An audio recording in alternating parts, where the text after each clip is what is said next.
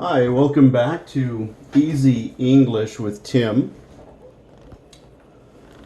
Today we're going to be finishing Chapter 2, Lesson 3. This is our last part of Lesson 3. We're going to begin by using our words that we used in the last lesson. We have next to, and then we have the word between. So let's take a look. The men's room is next to the ladies' room. Next to, al lado, right? Next to, a côté.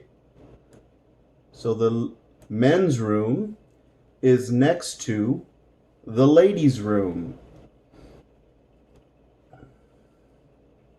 Let's take a look at this word, between. Between. In Spanish, it would be entre or en el medio. In Creole, it's entre. Okay, so the cafeteria, push the wrong one, is between the office and the library. Is between the office and the library. So in the middle, between. The cafeteria is between the office and the library. Okay, one more time. It's not what I wanted. There we go. The cafeteria is between the office and the library.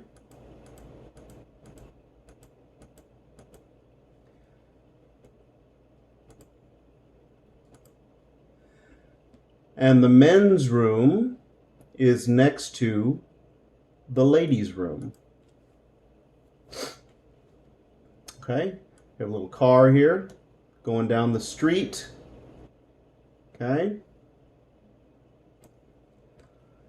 Now we're going to use the word across from. Across from. The gas station is across from the bookstore.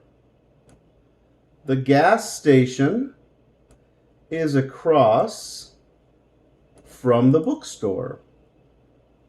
Across, or across the street. Across the street. We have to cross the street to get to it. So, the gas station is across from the bookstore.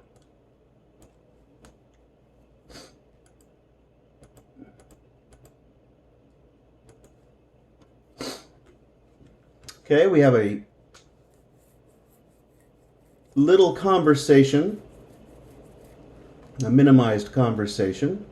Now, there are two ways to do this. This is the easier way, la manera más fácil.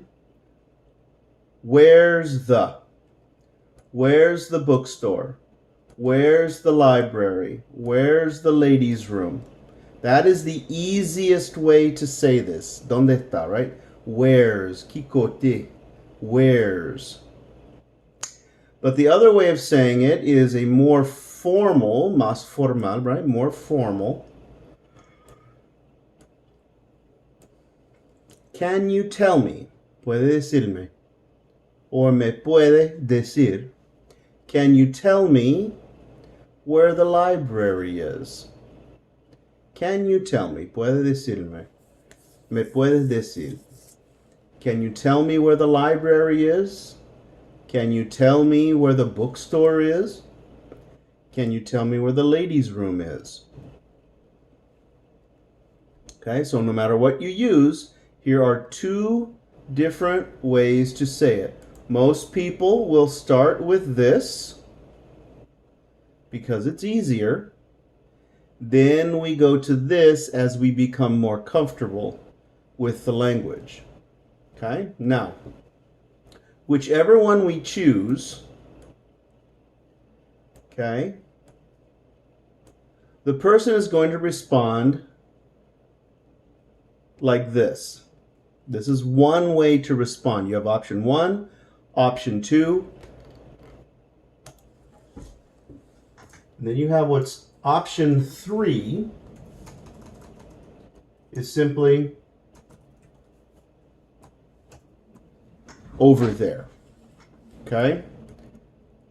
Now, why do I say that? Because many times, if you're in a store or you're close by, the person can point to it over there. Okay? So they're just going to point and say, over there. So if you're standing in Home Depot and you ask, where is the restroom? Where's the restroom? Someone will say, over there. Okay? That's the easiest way to respond. La manera más fácil de responder. Okay? All right, so let's practice this a little bit.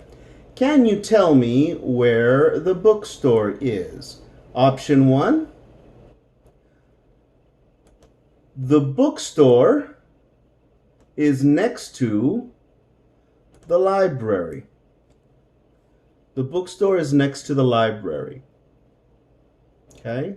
Or the bookstore is between the library and the cafeteria. So this is a little bit more difficult to say. Okay? Put these over here for perspective. If you're really close by, if you're near to where it is, they'll just point over there. Okay? So practice that a little bit. Put it on pause and practice that. We'll put all these back to where they belong. And we'll go on to the next one. Okay, this came from a question from my students. They wanted to know the directions for travel. So, to the left, to the left, to the right, to the right, in front, behind, behind. Okay? Now, people also use the word back. If you're driving a car, go back. En reverso, right? Go back in reverse. So, to the left, in Spanish, a la izquierda. A gauche, en creole. To the right, a la derecha, en creole. A droite. In front, por frente, or sigue derecho. In front, or behind, detrás, detrás, Creole, derrière. Okay? So to the left, to the right, in front, behind. This was a student question. One of them worked in a hotel, and they wanted to know how to say this in English. So here are your floors, los pisos, right? Étage en Creole. So, first floor. Primer piso. Right? Premier étage. Second floor. Segundo piso. Deuxième étage. Third floor. Third floor. Tercer piso. Troisième étage. Fourth floor, fourth, and it has that little fourth floor. Cuarto piso, quatrième étage. Fifth has a fifth floor, quinto piso. Cinquième étage. Okay, some differences between English and Spanish. In English, hungry, hambre, and thirsty, sed, we use the verb to be.